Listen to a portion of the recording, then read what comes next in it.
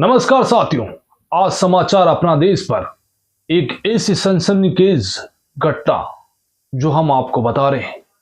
दिल्ली में सरदा वालेकर हत्याकांड को लेकर तो सबके जहन में कई सवाल भी आ रहे हैं और सरदा वालेकर हत्याकांड का हत्यारा अभी पुलिस हिरासत में है, यानी कि उसका पॉलीग्राफ टेस्ट हुआ। उसके साथ जो है कई तरह की पुलिस ने जो है टेस्ट के साथ साथ जांच भी की। सरदा वालेकर हत्याकांड सबको पता है। आफ्ताब नामक युवक ने सरदा के 35 टुकड़े कर दिए थे, लेकिन सरदा वालेकर हत्याकांड की जांच कर रही पुलिस को अब दिल्ली के एक इलाके से और कुछ इंसानी टुकड़े मिले।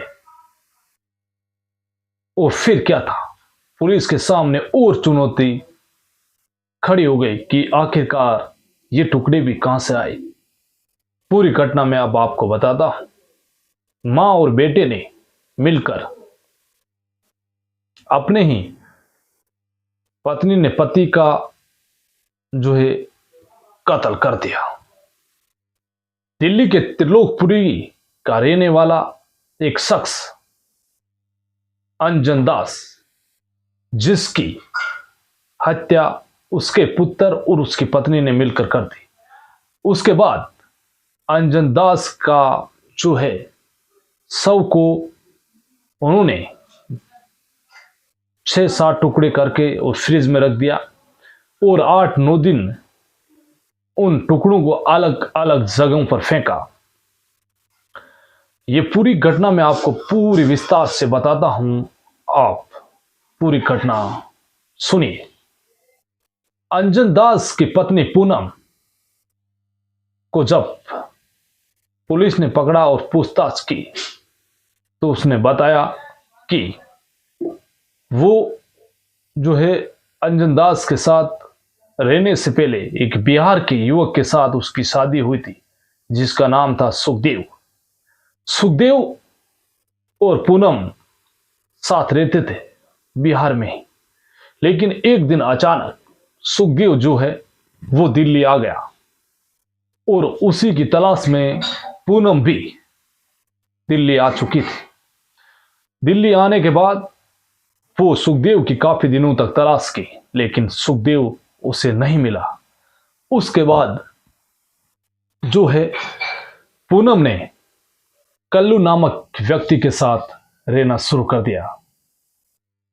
कल्लू के साथ रहते रहते पूनम के 3 बच्चे हो गए और एक दिन जो है कल्लू के भी लीवर फेल होने की वजह से उसकी भी मौत हो गई। उसके बाद अचानक उसे जो है वो एक व्यक्ति अंजन दास से मिली और फिर वो अंजन दास के साथ रहने लग गई। अंजन दास की पत्नी नहीं थी, उसकी पत्नी की मौत हो चुकी थी, लेकिन अंजन दास को अब जो है पत्नी की तलाश थी और उसे पूनम मिल गई। वो पूनम अपने बेटे बेटी और उसके साथ जो है अंजन दास के साथ रहने लगी। लेकिन पूनम ने कहा कि अंजन दास की जो है नजर उसकी बेटी और बहू पर थी और इसीलिए उन्हें गुस्सा आ गया और एक दिन शराब के अंदर उन्होंने नशीली गोलियां मिलाई और नींद की गोलियां मिलाकर अंजन दास को शराब पिला दी। उसके बाद अंजन दास को जो है उन्होंने धारदार हथियार से मार डाला। उसके बाद अंजन दास का शव रात भर पड़ा रहा। दूसरे दिन उन्होंने उसके खून को साफ किया। खून को साफ करने के बाद एक धारदार हथियार से उसके बॉडी के 10 टुकड़े किए।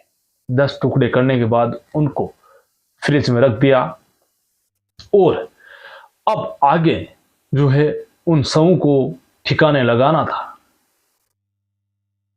दीपक जो अंजन दास का सौतेला पुत्र था, दीपक और पूनम रात को दोनों निकलते और उन शवों के टुकड़ों को जो है अलग अलग जगहों पर डालकर आते।